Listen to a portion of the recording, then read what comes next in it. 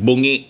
Sabi niya, pina-enhance ko kay GPT, di ko kasi mabasa. Anong sa inyo dito sa pagkaintindi ko naman ay para bang may cancer sa kaliwang bitlog si BBM na kailangang tanggalin? Ganyan sila kabastos. Itong bungi na to na napakasama ng ugali. Ako sana, yung may mga kapansanan na, may kapansanan ka na nga, dapat maganda yung ugali mo. Kasi bungi ka eh. May kapansanan ka. Imbis kawaan ka, kasi may kapansanan ka, kinamumuhian ka ng mga tao dahil sa sama ng ugali mo. Masama na nga yung tabas ng tawag dito ngudoy sa amin ito. Oh. Masama yung tabas kasi nabungi nga eh. Masama pa yung ugali. Talagang hindi natin maintindihan kung bakit ganon ang kanyang pag-ugali.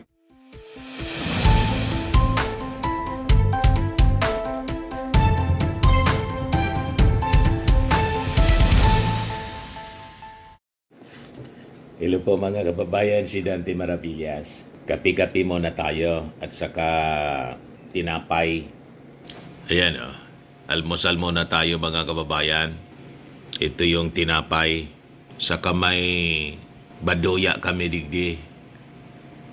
Ewan ko kung anong tawag sa inyo dyan. Medyo bahaw na kasi kahapon pa siya niluto. Tumigas. Tumigas na sa refrigerator. Hindi ko na initin. Okay na yan. Mainit naman yung kape. Idot-dot ko na lang sa kape. Yan, diba? Baduya yung tawag namin sa kanya. Ewan ko sa inyo kung anong tawag. Maruya yata. Baduya sa amin. Maruya sa inyo. Sa iba, pinaypay. Yung tawag sa Ingles. Banana fritter po. Yung yung saba. Bananang saba yung tawag. Yan o, lagi kaming may saba dito sa amin. Kasi yun ang paboritong kainin mga kababayan ng aming mga gym goers sa Colossal Fitness Gym. Saka itlog. Di ba? Bastante ngayon dito sa amin o. Pinamili ko kahapon. May dalang hita, may avocado, may lansones, may mangga, may mansanas. Walang gutom dito po. Bawal ang pasma.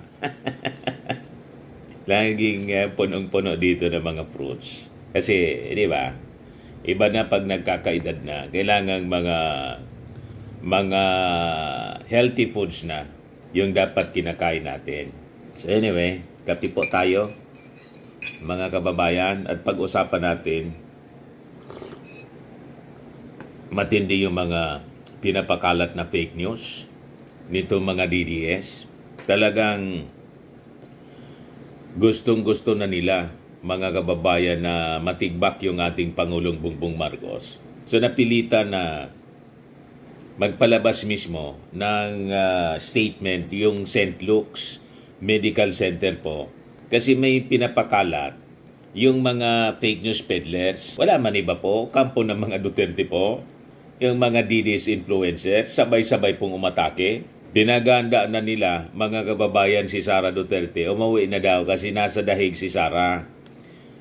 Binibisita yung kanyang tatay at para pag-usapan daw. Yung gusto na nilang palitan si Kaufman kasi laging talo sa mga argumento. Di ba? Sabi ng mga DDS, kailangan daw umuwi na itong si Sara Duterte para mag-ready anytime sa pag-takeover.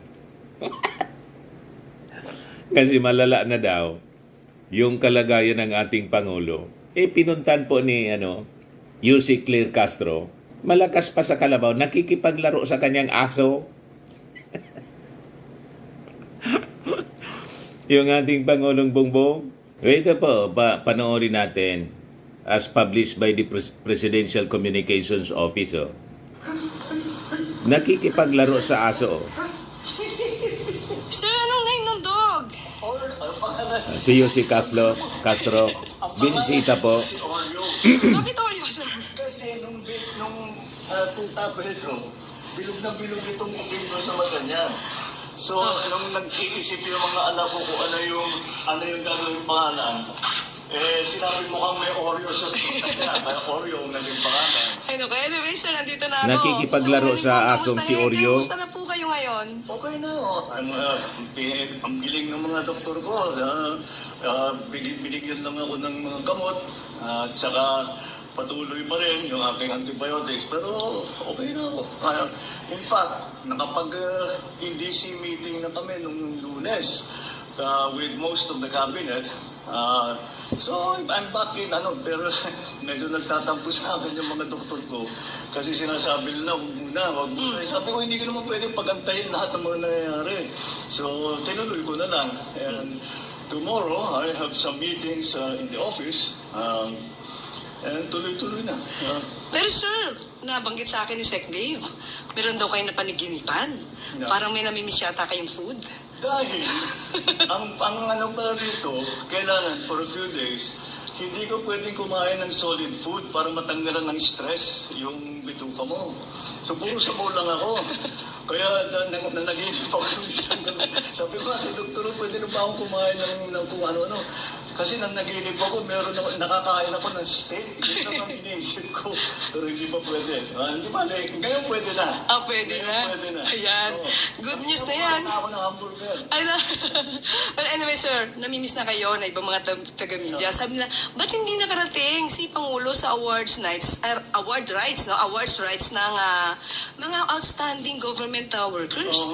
Oo nga. Hindi ako nakarating dahil meron pa akong gagawin. Pinapunta ako sa nagkonsulta na nandito yung mga doktor.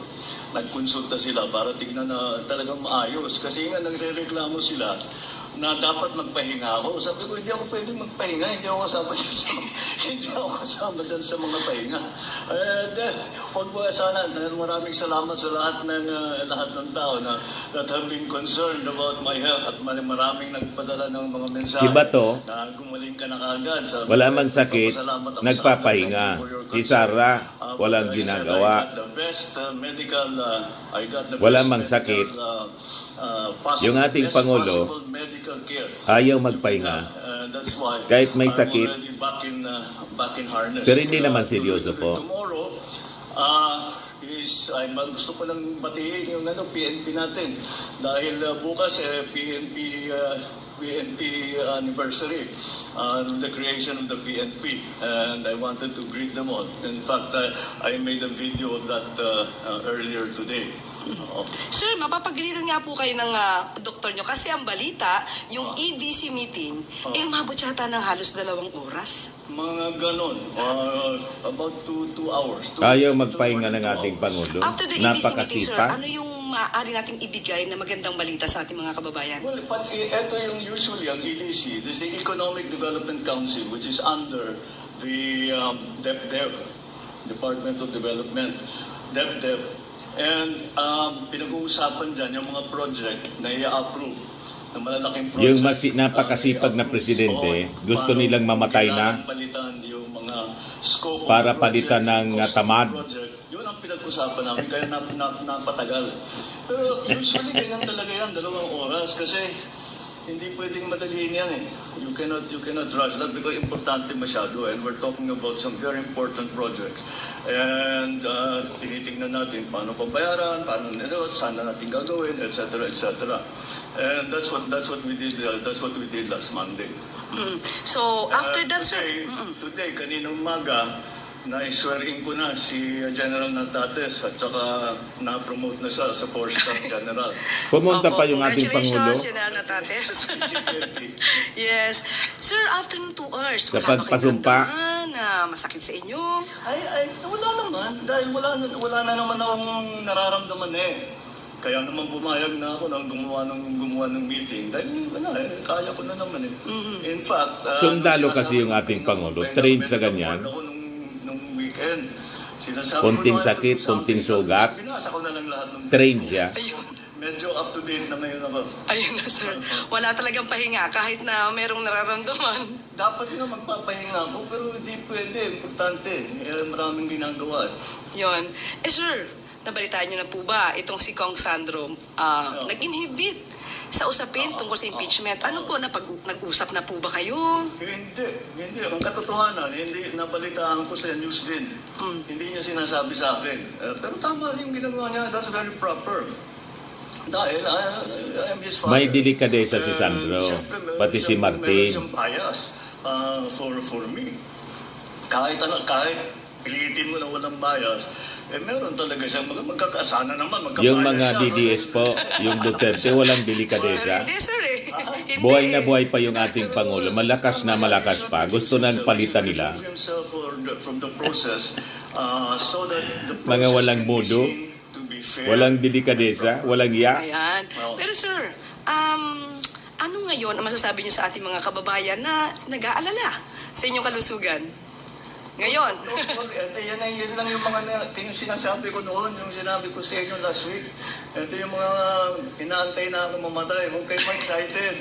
Nasumobra na naman ang pagka-excited din. Andito pa ako. I'm 20 years pa yan na uupo. Walang patid ang trabaho. Lalampas pa sa Pero sir, 2028. marami pong suporta na nagmumula sa talaga sa ibang mga kababayan natin na pinagdarasal po ang maganda niyong kalusugan, ang maayos na kalusugan. Maraming salamat. At kaya nga nagpapasalamat ako sa kanila dahil nung napalitaan nga na meron akong diverticulitis, ang daming nagsabi, ay meron din ako niyan. Yung kapatid ko, ganyan. Yung kaibigan ko, ganyan. Ay papasalamat ako Si sa Ricto kanila po, lahat. Dahil mayroon napakaganda para din ng ganyan. Napakarami na nag-aaral. Naka-recover agad. Ayan. Thank you. Hindi siya Thank you. seryoso. Sir, alam niyo ba yung huling video na kinunan ko sa inyo? Akala ng iba, sa ganda yata ng pagkakagawa ko dito, using my cellphone, AI. Baka naman pwedeng magpa-selfie na lang ako, sir. Kaya ba, sir? Ayan, ayan ako. Hello po, para... Hindi to AI. Hindi to Wow, AI. namayat talaga ako. Ako, sir, hindi. Kasi galing ako Ikaw sa... hindi. Sir, Namayat ako. Dahil nga puro sabaw for 3 nga, days. sir. For 3 days. pero saka, sir, Kaya na nga Mahilig kasi sila sa AI, Sir, mamiki galing ng kami sa video. Pasig River Esplanade. Kaya yung ginagawa Kaya nila, sabi ko, ina-accuse pupunta ako nila kay sa Pangulo, umiyata ako barbecue. Pangulo. Tsaka mga fish Sa balls, palasyo. ang dami po nating kababayan na Mahilig namasyal sila sa ngayon. fake Kasi ni- nga po video. yung ribbon cutting ni Ribbon cutting. FL. Oo. So, ayan po. So, hindi po to AI. Yan yung talagang tinututukan niya. Opo. Oo. So, okay na po, sir. Thank you sige, po. Thank sige. you po. At Salamat, pagbigyan nyo ang aking request na makasama kayo ngayon. Thank you po. Sige, thank you, Claire. Maraming salamat. Magandang gabi po sa inyo lahat. O, ano kayo ngayon mga DDS na mga walang modo? Saan ka nakakita, mga kababayan? Buhay na buhay pa yung ating Pangulo. Gusto na ninyong palitan? Nagpakalat pa sila mga kababayan ng faking medical report mula sa sa St. Luke's. Ito yung pinapakalat ng mga DDS. Why this is urgent? If untreated, this condition can lead to sepsis, blood infection, widespread abdominal infection, organ failure, death. That is why the report stresses urgent surgical consultation. Ito yung pinapakalat ni Sir Jack Arguta, yung bungi, mga kababayan, na napakasama yung ugali. Bungi na nga po, DDS vlogger, pero napakasama pa ng ugali. Yan bungi. Sabi niya, pina-enhance ko kay GPT, di ko kasi mabasa. Anong sa inyo dito sa pagkaintindi ko naman ay para bang may cancer sa kaliwang bitlog si BBM na kailangang tanggalin? Ganyan sila kabastos. Itong bungi na to na napakasama ng ugali. Ako sana, yung may mga kapansanan na, may kapansanan ka na nga, dapat maganda yung ugali mo. Kasi bungi ka may kapansanan ka. Imbis kawaan ka, kasi may kapansanan ka, kinamumuhian ka ng mga tao dahil sa sama ng ugali mo. Masama na nga yung tabas ng, tawag dito ngudoy sa amin ito.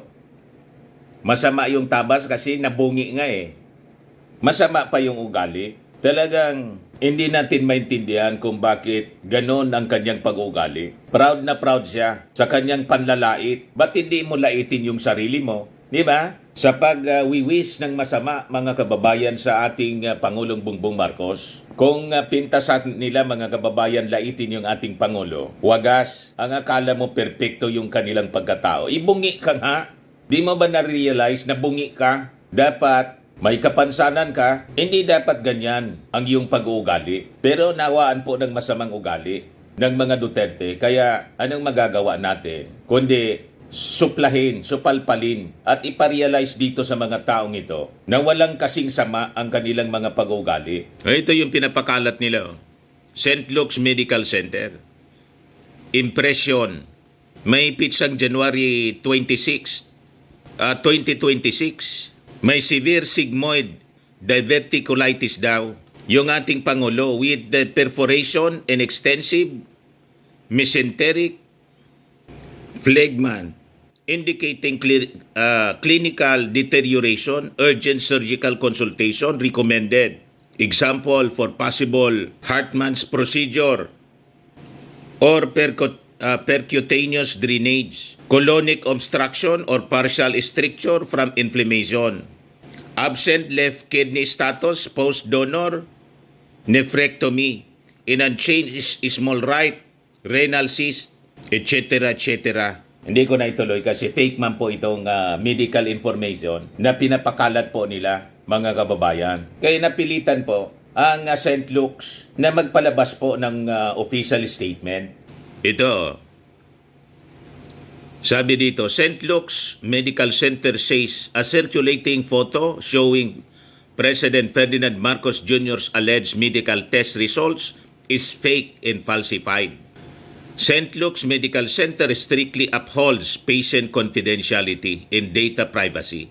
Medical results are released only to the patient herself through authorized and official hospital channels. So ito yung pinalabas na public advisory ng St. Luke's, mga kababayan. Sabi diyan, St. Luke's Medical Center is aware of medical test results falsely circulating online and on social media claiming to pertain to President Ferdinand Romualdez Marcos Jr. These documents are fake and falsified. St. Luke's Medical Center strictly upholds patients' confidentiality and data privacy. Medical results are released only to patients herself through authorized and official hospital channels. Any medical results or documents obtained, posted, shared, or circulated outside these authorized channels are considered unauthorized, fraudulent, or falsified. The posting or sharing of a patient's medical information by anyone other than the patient constitute a breach of data privacy and is a violation of hospital policy and applicable laws. The public is strongly urged to exercise caution and responsibility in sharing unverified and unofficial information, particularly alleged medical results, as doing so may contribute to the spread of false information and may expose individuals to legal consequences. So itong mga nagpakalat nitong mga DDS influencers, including some journalists tulad ni Jason sa mga kababayan at saka ni Bobby Tiglao, kailangan siguro sampulan sila, filean ng kaso for spreading false information. Yan mga post, mga kababayan ni na Jason sa at Bobby Tiglao. Yan huwag nyo isum kung ayaw ninyong sumaya. Sabi dyan sa sa mga post, sabi ni Jason sa, the situation demands immediate transparency and oversight to prevent further risk to public service. Please urge to assess BBM fitness for duty and release of his complete medical records. Yan mga kababayan yung mga post nila. Sabay-sabay sila nagpakalat ng fake medical information po. Ayan si Lorraine Badoy. Sabi niya, apart from a hair follicle drug test, Bongbong Marcos should also make public the results of his HIV test. Kung ano-ano na lang mga kababayan, yung mga pinagpo-post nila. So importante, itong mga taong ito, paulit-ulit sila na gumagawa ng ganito. Hanggat hindi ito mga kababayan, kinasuhan para mapanagot sa kanilang patuloy na pagpapakalat ng fake news, mamimihasa po sila. Kasi hindi po sila napapanagot sa batas. So I think, panahon na gumalaw yung ating mga authorities. So nananawagan tayo sa ating PNP CIDG, sa Department of Justice, sa NBI na simulan na ninyo po ang pagbibuild ng kaso laban dito sa mga fake news peddlers. Kasi paulit-ulit na lang po ang kanilang mga ginagawa. Atat na atat sila mga kababayan na iluklok si Sara Duterte. Tingnan ninyo ang mga post nito. Si Jack Arguta na bungi. Nasa Pilipinas na ba si future President BP Sara Duterte? Pakisabi, umuwi na. Baka kasi anytime soon, ipoproklama na siya. Ganon sila kawalang mudo. Ganon sila kawalang hiya mga kababayan. Kaya tama itong mga reactions ng mga netizens mga kababayan. Yan o, sabi ni Sam D, Ngongo, wag mo na siya paasahin, baka mapurnada na naman. Sabi ni Romel Rubio, asa pa kayo. Sabi ni Romy Francisco, mga tuluyan ang nabaliw at nawala sa hulog ang utak. Sabi ni Marcos Rinaldo, gising na kayo oy, baka makadyak arrest kayo sa panaginip. Sabi ni Edna Eco, malala na talaga mga sayad. Sabi ni Rab Balbin, sabog, hindi lang nguso at ilong, pati utak. So yan mga kababayan, ang mga reactions ng ating mga netizens. Hindi nila nagugustuhan itong matitinding banat ng fake news nitong mga DDS influencers. So anyway, mga kababayan, at least with this video at saka mismo yung ating Pangulo kausap ni Yussi Castro na itama natin yung mga kumakalat na fake news at fake medical information mula po sa St. Luke's. By the way, before tayong mamaalam mga kababayan, gusto nating i-greet itong masugid nating taga-subaybay dyan sa Tarlac. Actually, taga rito ito sa amin, sa Legazpi. Taga-Rawi siya dati. Teacher siya, si Ma'am Karina Robles, Tagama. Sabi niya dito, Idol, pakibati mo ng live ang presidente ng senior sa buong Tarlac. Yung mga senior citizens organization po dyan. Idol na idol kanya, Benjamin Macaraeg ng San Manuel Tarlac. Araw-araw nakatune in siya sa'yo. Yung sinabi mo about me, na-save niya yon sa FB kasi nang makita niya name ko, ang saya-saya niya. Maraming salamat po sa lahat ng mga senior citizens dyan po sa lalawigan ng Tarlac. Magandang araw po sa inyo at maraming salamat sa patuloy ninyong pagsubaybay sa ating mga vlogs, lalo na kay Ma'am Karina Robles Tagama at sa kanyang buting asawa. Pumunta siya dito at talagang sinadya ako doon sa Colossal Fitness Gym para magpa-picture-picture. Ito siya, mga kababayan. Mistisa siya kasi Kastila siya, mga kababayan. Ayan Senior citizen na siya pero napakaganda pa rin. At masayahin, mga kababayan. Si Ma'am Karina Robles Tagama. Di ba mistisa siya, mga kababayan? Ayan siya. Masayahin, mga kababayan. Kastila. Yan yung kanyang mga kaibigan. Artistahin siya. Di ba? Yan yung kanyang asawa, mga kababayan. Di ba? So, maraming salamat po, Ma'am Karina Robles Tagama, sa palaging pagsubaybay dito sa ating mga vlogs. At saka pala, mga kababayan, bukas na yung relief operations namin. Kasi pinadalhan kami ng tagapanood natin dyan na pastor sa Cyprus, Evangelical Church sa bansang Cyprus, mga kababayan. Kaya lang ayaw niyang magpakilala. Anonymous na lang anya. Nagpadala ng 78,000 plus na cash donation. Ngayon, kahapon, namili na kami sa SM ng mga relief. Ito po, pinamili namin. Ito yung resibo galing sa SM. Ang amount ng mga relief 77,144. Ang laman, mga kababayan, may spam, pansit canton, cheese whiz, may white bread. O, ito siya. Namili kami ni Mrs. Ito yung mga bread, oh. Ayan, oh. Pinamili namin. Bibidyoan ko sana yung pamimili, kaya bawal mag-video-video pala. Pwede picture-picture lang dyan sa SM. So anyway, yung mga items po, before ng distribution, ipapakita namin sa inyo. At may resibo po siya. 77,144 po. So may balance na 1,500 plus.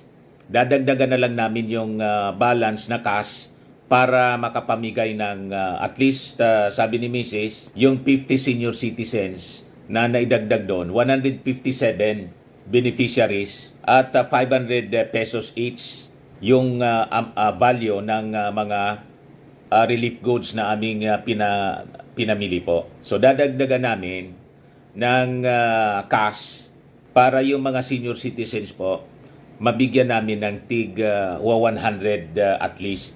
May pambili man lang sila kung ano na pangangailangan. Di ba po? So yung aming relief operation, gagawin namin bukas ng hapon. Lahat ito, dokumentado kasi ayaw kong tantanan ng mga bashers ko. Yan ang yung mga donations na yan na nakawin man lang ni Mr. Maravillas. Hindi man maniwala yung mga nakakakilala sa akin. Di ba? Ayaw kong tantanan po na mga bashers na alam natin, mga DDS man lang ito. Ang mga DDS po, mainakusa kasi gawain po nila, gawain ng kanilang idol. Ito yung mga natutuwa sa ating ginagawa. So good, sabi ni Boots Castillo. O ito yung mga bashers natin, si Jeffrey Sirira Noblesa. Corrupt talaga si Kadante Maravillas. Ha ha ha ha, mana sa amo, bawas agad ang pinadala. Paanong bawas yung pinadala? Na nakita ninyo yung resibo mismo? Yan ang pinadala, oh. 78,683 pesos and 3 centavos. Yan, oh. O ito yung resibo sa SM. Yan, oh. 77,144 an amount. Siyempre, hindi man maeksakto. So may balanse na 1,500 plus, dadagdagan namin. Gawin namin 5,000. Dagdagan namin ng cash para yung 50 senior citizens, mabigyan namin ng tigwa 100. O, di ba? So dinagdagan pa namin. O, paano may bawas na dinagdagan nga namin? Nag-iisip ba kayo? Kaya lang, hindi naman namin makukumbinsi kayo kasi sarado yung isip ninyo. Pag sumusuporta sa ating Pangulo, ang tingin ninyo sa amin, lahat magnanakaw. Pero yung Marcos na inaakusan ninyong pagnanakaw, never pang nakulong sa pagnanakaw. At ako, wala akong kasong korupsyon. 40 years ako sa mainstream media, laging itong ginagawa namin. Pagpanahon, akong pinagkakatiwalaan noon sa pagpa-fundraising sa radyo. Pag ako ang umupo at nag-fundraising, maraming tumutulong. Bakit? Transparent ako. Ako mismo yung nangunguliksyon. Nakikita ako ng mga tao, iniikot ko yung mga barangay para manguliksyon ng 1,000, 2,000, 5,000, 50 pesos, 20 pesos. Mula sa pinakang maliit na contribution ng mga donations. Minsan nakakaipon ako ng mga 20,000, 10,000, etc. Ganon. Lahat yan naririnig kasi hindi naman sa telebisyon, sa radyo. Naririnig nila, binibilangan ko mismo. O ito po yung donation, pambili ninyo ng gamot. Minsan ako pa yung bumibili ng gamot. O ito na po, ito yung resibo. Ayan, lahat to the last centavo. Yan ang gawain ko for more than 40 years of my career sa mainstream media. Kaya pinagkakatiwalaan ako. Hindi man po ako nag-fundraising para dito sa mga nasalanta ng calamity, ng bagyo at ng Mayon eruption. Narinig ninyo ako nag-fundraising. Pero may nagbigay ng 78,000 pesos na cash donation para daw itulong. Ang tumawag sa akin taga Cavite. At yung donor nito, isang pastor na foreigner, hindi man po Pinoy.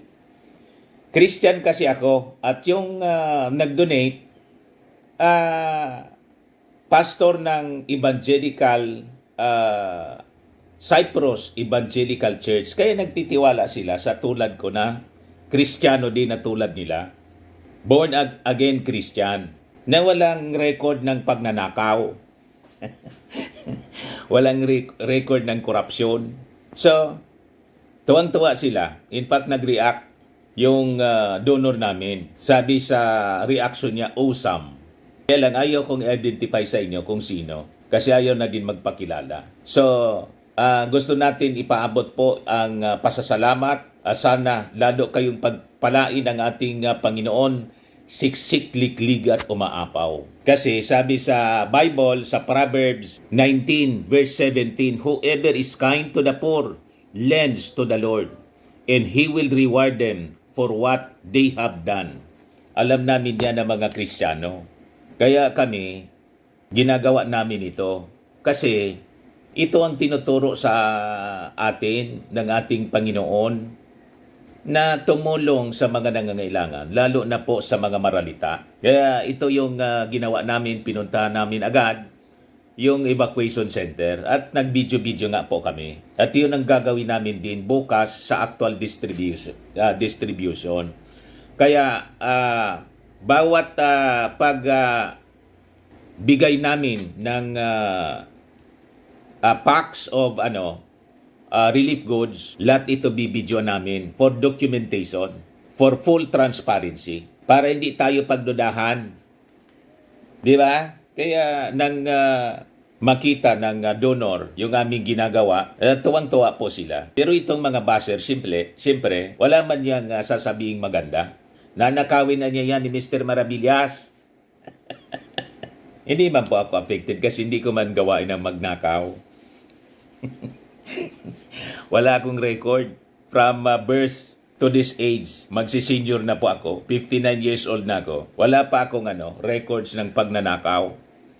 Maliit man o malaki. Kahit nung bata ako, yung tinatawag na pag-ikit-ikit, yung kokopit ka sa bulsa ng tatay, hindi ko yung gawain. Tingnan ninyo ito mga bases ko. Sabi ni Suarez Adi, madali lang magpicture sa loob ng supermarket, Dante Maravillas.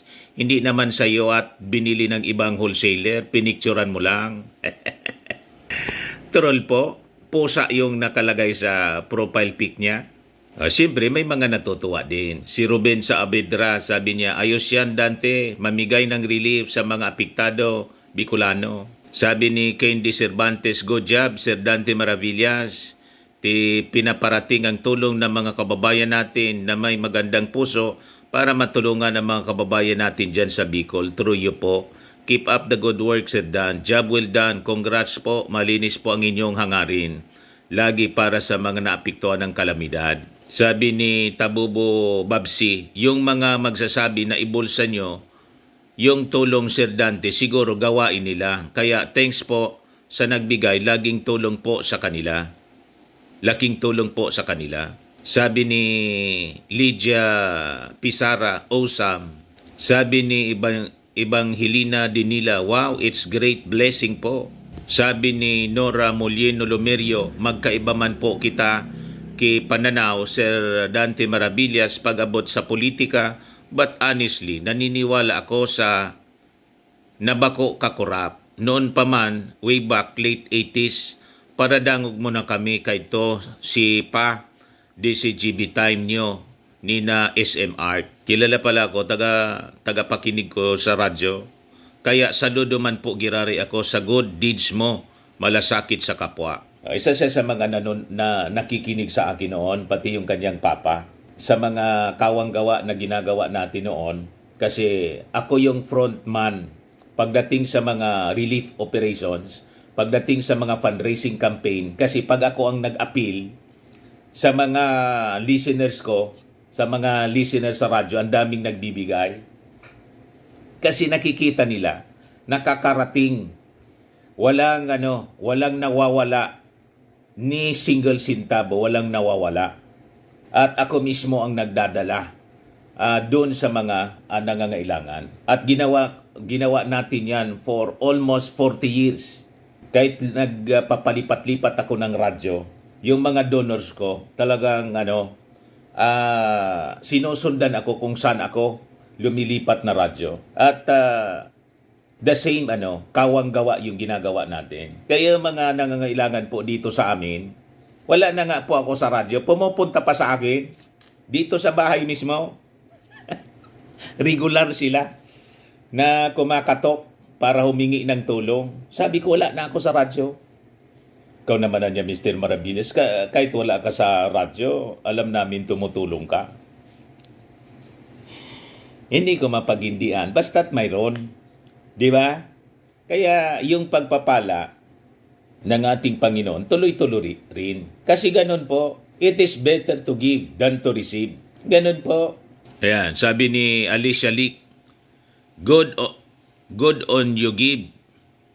Good on you give it to the needy. Sabi ni Job Bautista, kitang-kita ang kinita.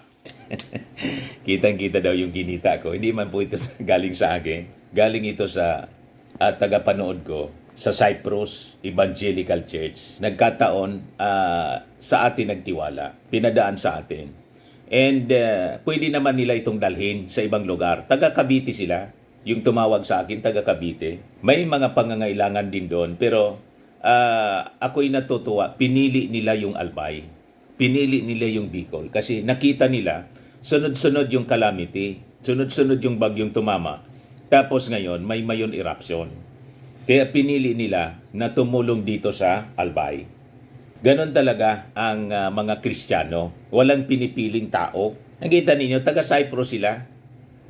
Nandun sila sa Cyprus pero dito pa tumutulong. At alam nila kung sino yung mga tao na dapat tulungan. At alam nila kung sino yung tao na dapat nilang pagkatiwalaan sa tulong na kanilang nalikom. Galing din siguro ito sa mga members nila sa Cyprus Evangelical Church. Okay po, Pastor, at saka sa kanyang buting may bahay, maraming salamat po. Thank you so much. And God bless you more po. So that's it mga kababayan. Ako po si Dante Maravillas. Bye-bye. God bless.